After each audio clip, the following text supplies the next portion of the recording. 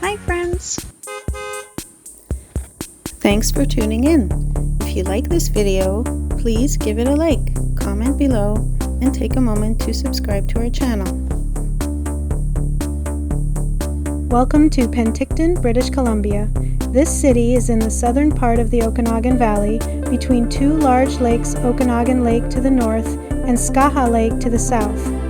The name Penticton comes from a word in the local Silks language that means a place to stay forever, because the area was known for its mild climate and rich resources. People have lived in this region for thousands of years, with the Silks Okanagan Nation being the original inhabitants.